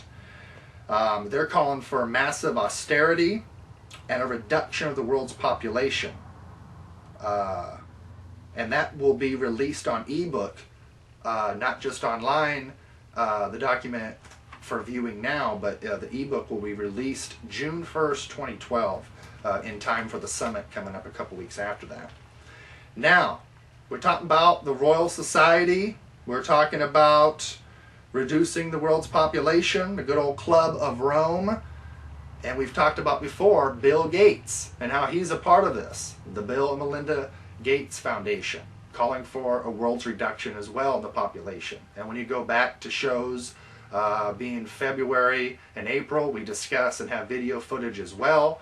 And we have another video here for you as well in which Bill Gates tells you himself that we have to get rid of basically grandma's last 3 months of health care as she's dying out in order to save the work and jobs of 10 teachers. Unfortunately, for such folks as Bill Gates, well, he's very mistaken. Not just a kook genocidalist, but we don't have to kill grandma, nor do we have to get rid of those 10 teachers' jobs. So here we go with that video footage now. Thank you. Of GDP that goes to healthcare. Is that overallocated? Well, the U.S. spends 17% GDP on healthcare, and you drop down to number 2, which is Switzerland at 12%. And so you say, well, hey, what do we get for that? Well, we get nothing. The health outcomes, which are complicated to compare, but the health outcomes are basically slightly worse, both in terms of averages and the inequity. Our bottom quartile is very ugly compared to all other rich countries' bottom quartile. Our upper quartile is somewhat better, but that's how you get the inequity. So we're spending at a huge rate, which if it wasn't increasing faster than inflation, it's increasing as a percentage of the economy, then okay, you can probably afford it. But as it continues to grow, it squeezes, unless people say, yes, I would like to be taxed a lot more. And most states have these super majorities that are required to do that, and it's not likely, and it's not clearly a good thing either. But as long as you're dealing with a finite amount, as the medical cost goes up, and that shows up both in state budgets as so-called state Medicaid spending, and it shows up in the federal budget as Medicare, and they're part of Medicaid, it squeezes out everything else. So right now what you see is it's squeezing higher education. You're raising tuitions at the University of California as rapidly as they can, and so the access that used to be available to the middle class or whatever is just rapidly going away. That's a trade-off society is making because of very, very high medical costs and a lack of willingness to say, is spending $1 million on that last 3 months of life for that patient, would it be better not to lay off those 10 teachers and to make that trade-off in medical costs? But that's called the death panel, and you're not supposed to have that discussion. So of course, that's an interesting thing you just said, which is just the last 3 months in life for one person or something, because we haven't had a discussion of how to allocate that money. It means we lay off 3 teachers to do so. I mean, in other words, we haven't had this type of allocation. We're making that trade-off because of huge medical costs that are not examined to see which ones actually have no benefit whatsoever. And because of pension generosity, we will be laying off over 100,000 teachers, which, I'm very much against that. And the whole AFT will agree with me on that. So there's Bill Gates, and he's telling you what he feels. He's speaking his mind. And these fascist kooks are coming forth in public to where you don't just have to be privy to some insider knowledge of interviews and things that happened with Der Spiegel in the 80s with Prince Philip, the Queen's husband, or this or that. Now it's becoming bam, bam, bam, in your face, open on mainstream television. And some people are even beginning to pick this up and spout it out and believe it too. It's amazing how many idiots watch the news, and I don't mean no spin news. I'm talking so-called real news on TV, and yet they spit these propaganda slogans of how we have to go to Syria and Iran to free the protesters and this and that and the other. We have to do this, have to do that. It's global warming, global warming. Oh, okay, the world's getting colder, so now they call it global climate change. We'll just change the phrase now to climate change because it's getting cooler instead of warmer in reality. So they can't keep saying global warming anymore. But if they just throw it to a category that's very broad, global change, climate change, well, it don't matter if it's going up or down, then technically they're right. If any little difference is there, they could say it's climate change. How convenient. So things just keep getting more and more exciting around here, don't they? And all around. I mean, you got raw milk dairy farmers being looted and raided by the police for raw milk. I like raw milk. I've been buying more and more of it lately. Fresh, farm raised, free organic chickens as well, eggs. Wonderful. You start eating that stuff and enjoying it, you get it into your system for a while, you'll like the difference. You'll notice. You'll feel healthier, more energized. Your brain will work quicker. Things that just don't make sense will start making sense because you actually have the nutrients in you. You don't just have to be born with some special brain. You just got to take care of yourself. Anyway, Illinois court strikes down the attempt to make filming police illegal. An article by Jason Kaiser, May 8th, 2012, of the Huffington Post. The UN admits that arms are being smuggled into Syria from outside forces to assist the rebels who are trying to overthrow President Assad. That's unconstitutional. That's illegal for any nation. According to the United Nations charters that we all signed into, it's illegal for another nation to be involved with the eternal governance and structure within another nation. It's illegal to be tampering with another nation's policies. They're supposed to be the ones that handle that. It's supposed to be all a bunch of sovereign nation states. Doesn't sound like it to me. I mentioned earlier the spy blimps and the drones. When you look into House Bill 648, that is to place, which has already been passed by the Congress, to place 15,000 drones over the skies of the United States. That's to police you and me. It has nothing to do with Al-Qaeda or weapons of mass destruction. That's for you and I. That's not for illegal Mexicans that are trying to flood over the border. It's for you and I. And speaking of that, well, we have a all-time low on what would be immigration and all-time highs, I've mentioned before.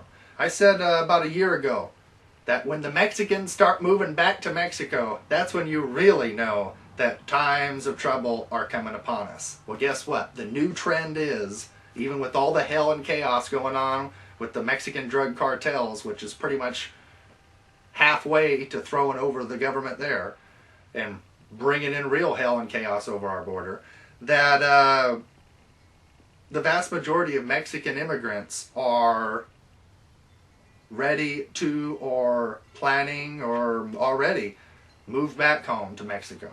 That's what's happening. It's a new trend. We're becoming the new Mexico. I just live 70 miles from the Canadian border, and 75 miles, and we see lots of Canadians here. They visit our stores and this and that a lot, because they're basically coming down and doing what we used to do when we used to go to Mexico with the powerful dollar and come back with the whole truckload of stuff for a few bucks. Now they're starting to pull that on us, step by step. This is free trade. You like free trade, folks? Do you? Everybody's getting poor.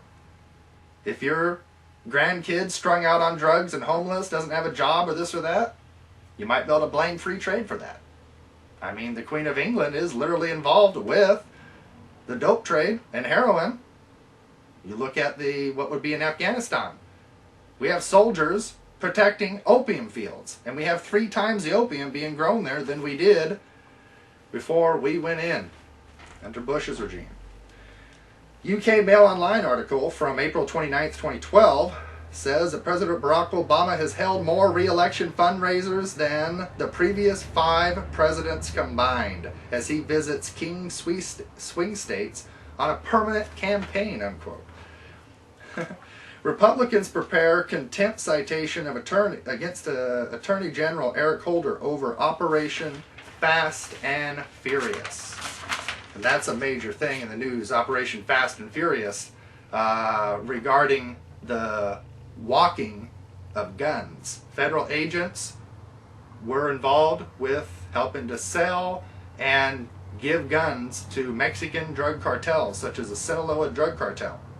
And the number 2 guy from the Sinaloa cartel, which was taken by custody a few months ago, even stated on the record that he was collaborating with people in the federal government, including the NSA. He stated that they were trading cocaine in saddles in exchange for weapons up here. And what's interesting too, just like the Trayvon Martin issue, the whole point of what Fast and Furious is supposed to have been involved and supposed to have accomplished in the end was to get the American people to see and believe that our guns are causing crime in Mexico and other nations, and here too. This is a way of of getting rid of our Second Amendment rights step by step. As they're taxing ammunition and doing these little games, they are preparing for a supposed second term of Barack Obama to really start going for the rights of guns and whatnot, our Second Amendment right. And so they're using these issues and whatnot. And you look at the Trayvon Martin issue and case, and ultimately before anybody knew what was up, they were automatically stating that it was a, racist Caucasian male. Of course, the stereotype, the racist bastard white guy that killed poor innocent little Trayvon Martin with his bag of Skittles. First of all, he was, I don't know if he's racist or not, but I can tell you one thing. Mr. Zimmerman is not white. He's Latino. That's right. That's right. And I believe it was either CNN or CBS, it was one of the two, was forced to retract the statement and apologize after referring to him as a Caucasian male, because he's not. He's Latino. So that throws an interesting stick into the spokes of that tire right there on the bicycle.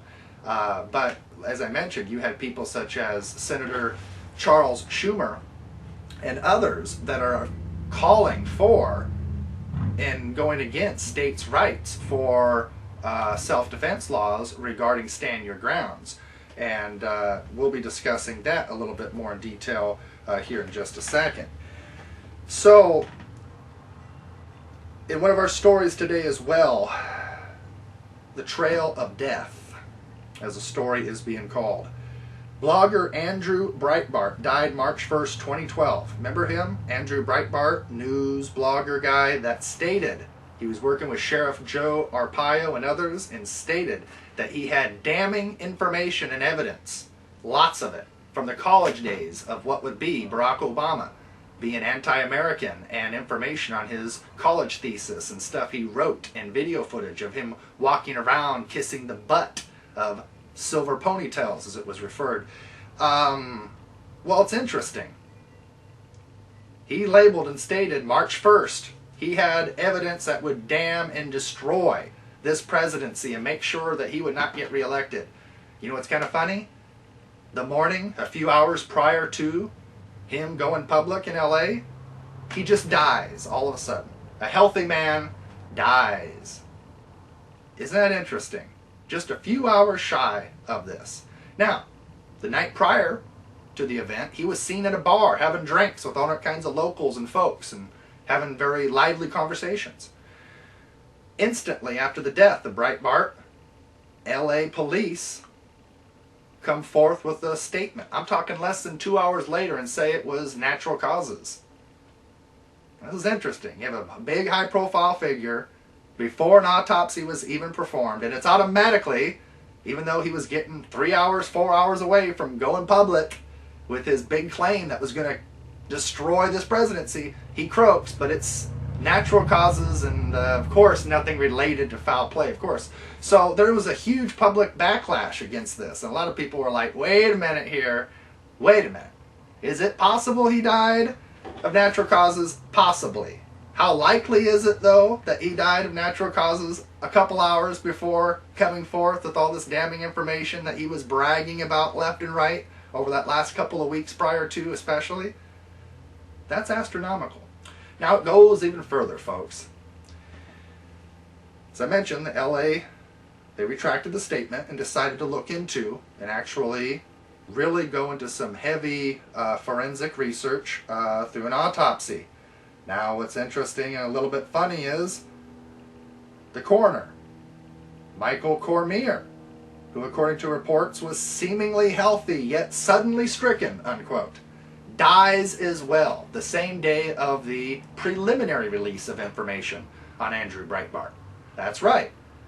So the coroner croaks as well. He was a real healthy guy, and all of a sudden just stricken and dies.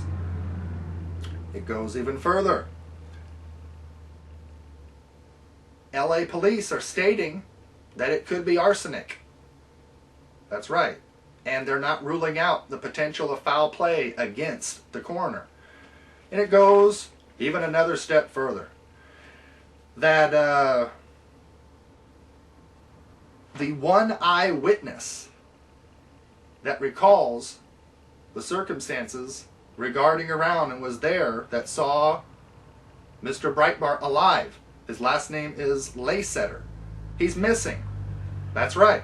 So Andrew Breitbart dies. A few hours prior to going public with all this damning information on President Obama. Anti-American type information that really tells the nuts and bolts of this presidency, what he's really about. And that's where we'll find out, is look at his college thesis, his papers on papers he wrote about our Constitution. That's how you'll know what this guy really thinks. And if you look at the grades that he got back in his college days, well, those just might not be too presidential either.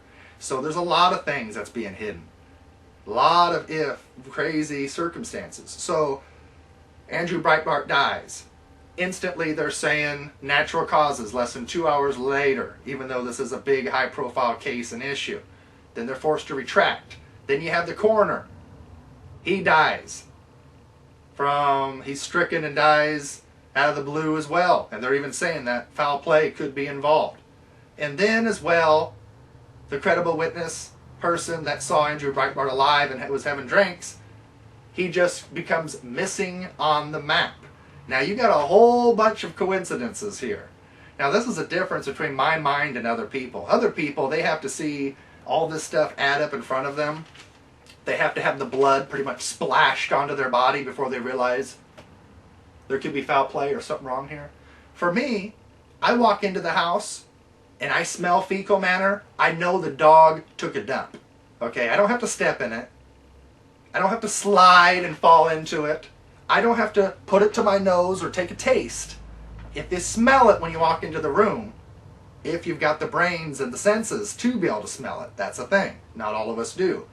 You can put 2 and 2 together and know the dog did his business in the house, right?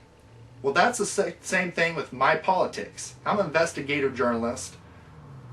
Call me paranoid, but I have the ability to see things, smell things, see the glimpses of shadows that are overcasting off buildings and whatnot, and you could see the bigger picture of what's happening. And step by step, the facts are coming out. These people are getting desperate. And now they're having to murder. That's right, they're using murder to get rid of what would be anybody who gets in their way. We have another article here, New York Times, April 28, 2012. Google involved in data harvesting, a report by the FCC has discovered. Senator John Webb of Virginia is condemning any attempt of regime change in Syria as well, and the funding of rebel forces. As a matter of fact, actually it's not Senator Jim Webb, it is Senator Jim Webb for this that's condemning it, but what would be Congressman, let's see, which congressman was it? Let's see, there's a congressman, it's going to be on the LaRouche show tomorrow. I don't have that written down, I don't think. I'll try to get that information here for you real fast. All right, a new study finds that wind farms are causing climate change. That's right. They were put there to supposedly offset climate change, but we're finding out it's causing climate change. Isn't it interesting? Terror plots helped along by the FBI, according to New York Times. That's right. State-sponsored terrorism. That's right. There's been phony bombs given to and plots have been involved where the FBI seeks out crazed, young, or other drugged out folks, sets them up with usually a fake bomb or this or that, and then at the last minute or whatever, then they bust them and call it accomplishing finding the terrorist. Isn't that interesting? So it's like a double whammy. And then they use these cases just like the underwear bomber. The government was involved with, and they actually released a statement recently and acknowledged this. The government helped that so-called underwear bomber on the plane. Even though that bomb was not even a bomb, really. It was non-functional. And if it was meant to be functional, it would have went off up there when it was pressurized, not at the bottom. So when it was down on the ground in Detroit. So yeah, we have a lot of state-sponsored terrorism. So they create these state-sponsored terrorist attacks and violence to get the people to be scared and get the people to support and fund their operations, even when they're patting you down, going through your grandma's colonoscopy bag, or patting down and feeling every crevice of your 4-year-old daughter.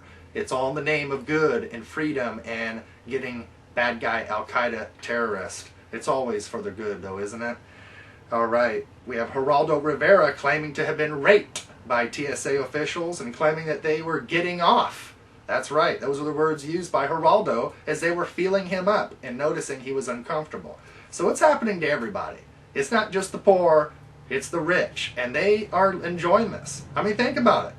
What better job to have if you want to feel up supermodels, athletes, politicians, and do things that would normally put you in a prison cell for? Just join the TSA, and you can do it in the name of security and for the nation. How convenient if you're a psychopath. Historic wave, as I mentioned earlier, of Mexican immigration.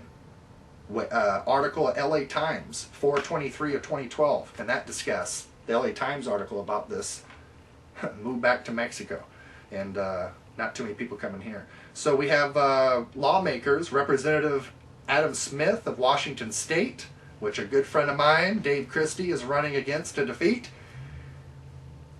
for Congress, and Senator Mark Udall of Colorado are fighting to gain support and repeal the part of the NDAA, National Defense Authorization Act of 2011, that would allow for the permanent detention and mistreatment of U.S. citizens. So for folks like my Congressman, Rick Larson, that stated, and I published this and showed this on I think it was last show or the show prior to, that ultimately, even though he says that there is no permanent detention provision and this isn't going to be used on Americans, other folks, such as Adam Smith, congressman, and other people, are stating otherwise. So you can't lie to us too long, Rick. And speaking of Rick Larson, I've also signed up to have a meeting with Rick Larson, and we'll see if his office gets back a hold of me. All right, the notion of the coined phrase known as humanitarian intervention, it's been relabeled. So humanitarian intervention, they've shown to be unconstitutional as we go into Syria, Iran, Libya, and these other countries. So now it's been labeled as, quote, responsibility to protect. Or maybe I should say it with a British accent. Responsibility to protect, unquote. Example, Libya, Egypt, Syria, Iran, China next. To create, so to be creating, financing uprisings and regime change, chaos, and all that stuff is illegal. So now it's, it's a spin-off, like it used to be global warming, and then the evidence showed that was bunk, so they had to call it climate change. Well, now from humanitarian intervention, as it was in Libya and Gaddafi, now it's the responsibility to protect. We are responsible to protect these other nations against themselves. But do you notice these other nations, the citizens of Syria, Libya, Afghanistan, or any of these nations, none of these people are asking the United States to come there. They don't want us there. Just like we don't want them taking over our country and deciding our policies for us. They want to be treated the same. Just leave them alone. Obama advisor and Harvard Chicago law professor Cass Sunstein, as I mentioned earlier, which co-authored an article in 2008 titled Conspiracy Theories, in which calls upon the U.S. executive to employ covert agents to quote, cognitively infiltrate countergroups who choose to exercise their First Amendment rights, unquote, and even directly calls for banning conspiracy theorizing. We'll have the link on the website for that as well. And for now, we're going to show you the video himself of Cass Sunstein as he was presented with the findings of this paper, and it was tossed back into his face, and you get to watch his response now. Bilderberg from Brooklyn College, and I know you wrote many articles, but I think the most telling one about you is the 2008 one called Conspiracy Theories, where you openly advocated government agents infiltrate activist groups of not-loving truth and also stifle dissent online. I was wondering, why do you think it's the government's job, or why do you think the government should go after family members who have questions about 9/11, responders who are lied to about the air, survivors whose testimony commits, and also government whistleblowers that were gagged because they released information that contradicts the official story? Why do you think the government should do that? I think, as Ricky said, I've written hundreds of articles, and I remember some and not others. That one I remember very well. I I didn't say that. But whatever was said in that article, my role in government is to oversee federal rulemaking in a way that is wholly disconnected from the vast majority of my academic writing, including that. So I know that I'm just asking because you may be the next Supreme Court Justice, or about to appoint you, and you did write those things, and that's why I want to bring them up to you. So, and all I can say is there are a lot of things that I've written, I guess, and there are even more things I've said to have written. I may agree with some of the things I've written, but I'm not exactly sure. I focus on what my boss wants me to do.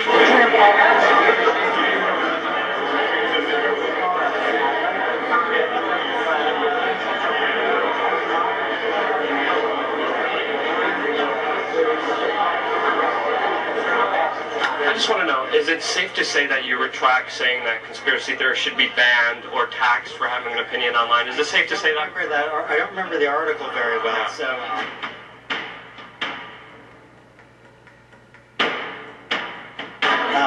I hope I didn't say either of those things. But you did, and it's written. Do you retract them? I'm focused on my job. So you're not retracting that? Do you still believe that? Do you still believe that people shouldn't have freedom of speech? I'm happy to talk about this, by the way. I can go on the record. He's the man who wrote about it. So Cass, do you still believe in the Joseph Goebbels approach? Please don't. Please don't. I'm asking a question. I know, but you're... I'm asking a question. Just, It's the job of a journalist to ask questions. Give her books, sir. Okay, go get your books. Which is more... I'm sorry, I gotta ask him again. I have to. I kind of have to. Yeah.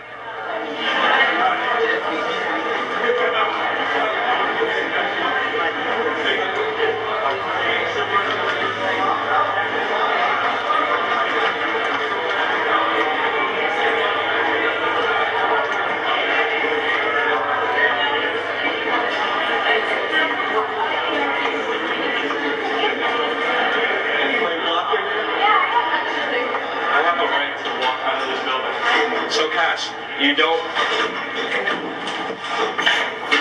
Do you repudiate those statements or not, Cass? Do you still stand by them? And why do you think conspiracy theories are so dangerous? It's a very serious question. I mean, we're talking about undermining freedom of speech and critical thinking, about questioning the government. We just want to know your opinion, and you don't seem like you want to retract those statements, but they're very serious. They're very similar to Joseph Goebbels. That's what people compared you to, sir? Thank you, sir. Obama, excuse me. So what do you think about that? Now it's becoming illegal to even theorize something. See what's going on? You used to get laughed at when you were a conspiracy theorist. But now, folks like No Spin News Source, 43 countries of the world, every state in the Union, 6 continents, so forth. You see what's happening. You got folks like me being a real thorn in the side, and now they're trying to make it not just where you get laughed at. I can be laughed at. That's your constitutional right. That's your opinion. You can think I'm a kook, a conspiracy theorist, a clown. That's okay. That's your prerogative. And I can laugh back and just say you're an idiot and you don't know any better. But now it's to the point to where they're talking about locking us up, taxing us, re-educating or whatever, including brainwash and torture. So we have the U.S. government back to using what would be drones to hit militant targets in Pakistan. That's right, after a month or two off of that, now some say this could complicate relations between our nations. Huh, you wonder? We're going in there and bombing them against their rights, and this could complicate relations. That's the whole plan. The British Empire wants to complicate relations with us and the whole world quick enough to where we can't come together as a cure. We'll have to just go into a World War III. And then they get their population reduction automatically, without governments taking the austerity hit and taking on their budgets. You see? Like they say, there's more than one way to skin a cat. And they're prepared for that. They would much rather, I think, the British Empire for countries like Russia and China just to sign away their rights and austerity and do what they're doing here in the United States and elsewhere. But Russia is not doing it. They are holding strong and saying, no, we're going to protect our nation no matter what, if we have to strike first. And that's what's going on. Russia is being forced into the corner. We don't want to force them into the corner. If they fire at us, it'll be the beginning of a very, very dark period of time and tribulation upon this planet. So let's don't piss them off. let's keep things smooth, shall we? The NATO summit in Chicago is the 20th and 21st of May.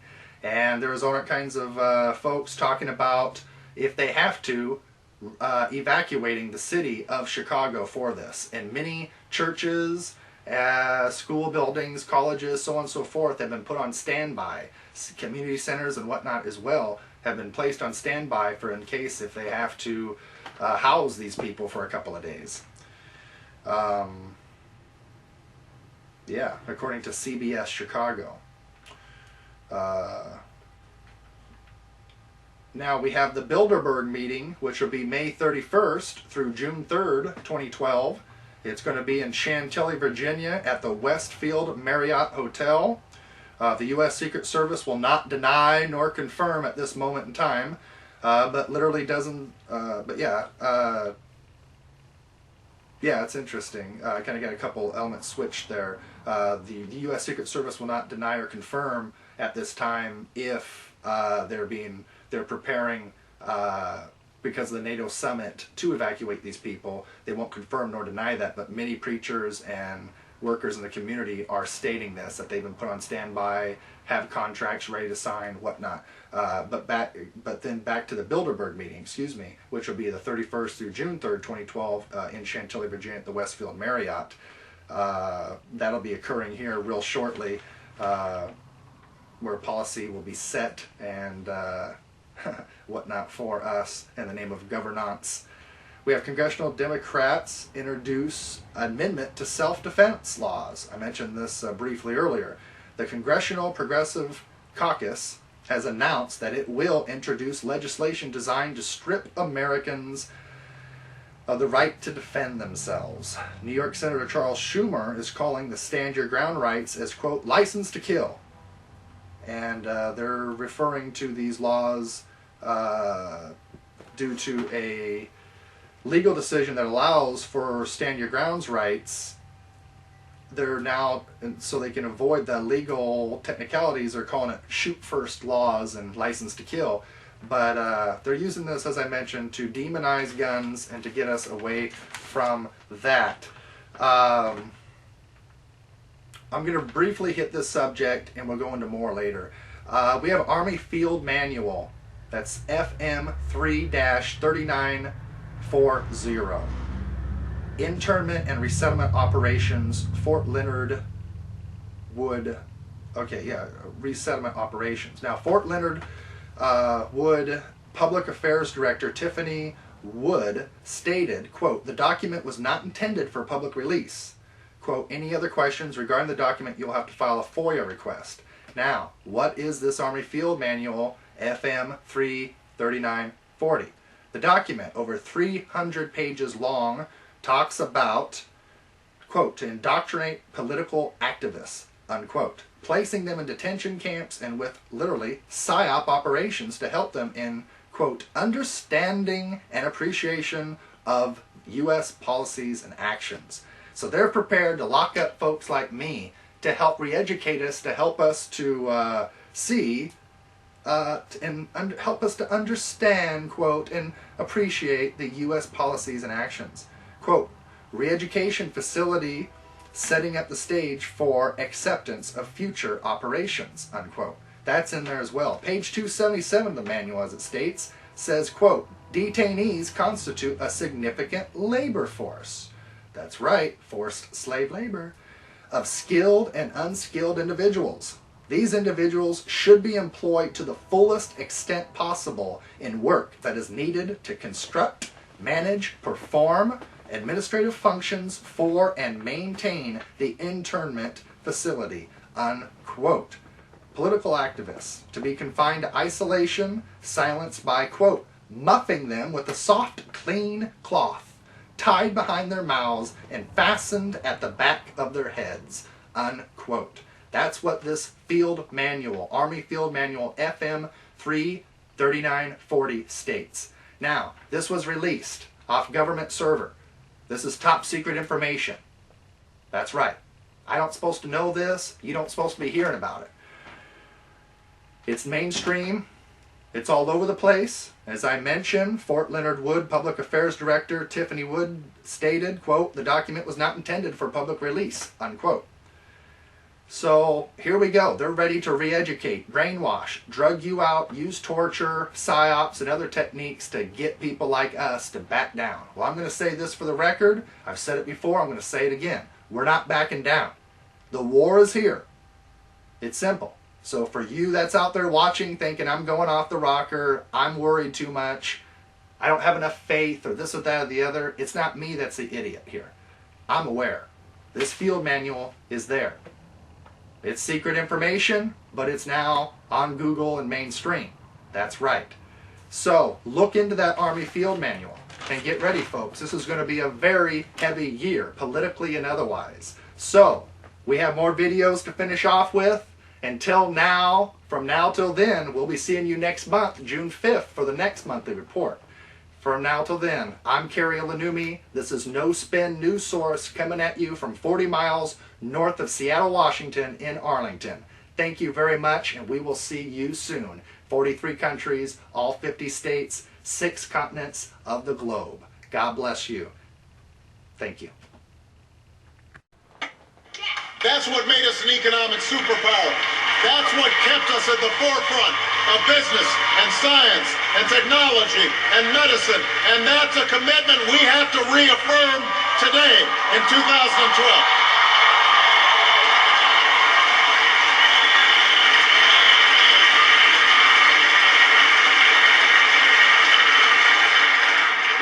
Now everybody will give lip service to this.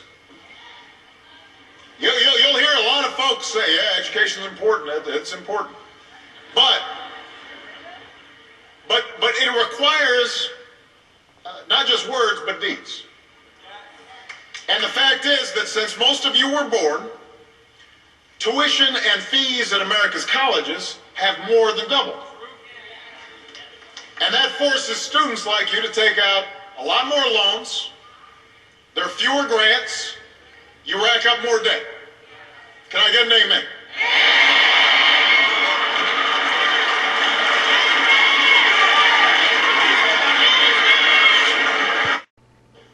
Now is the time to heed the timeless advice from Teddy Roosevelt. Speak softly and carry a big stick. End of quote. I promise you, the president has a big stick. I promise you. President Obama understands what Governor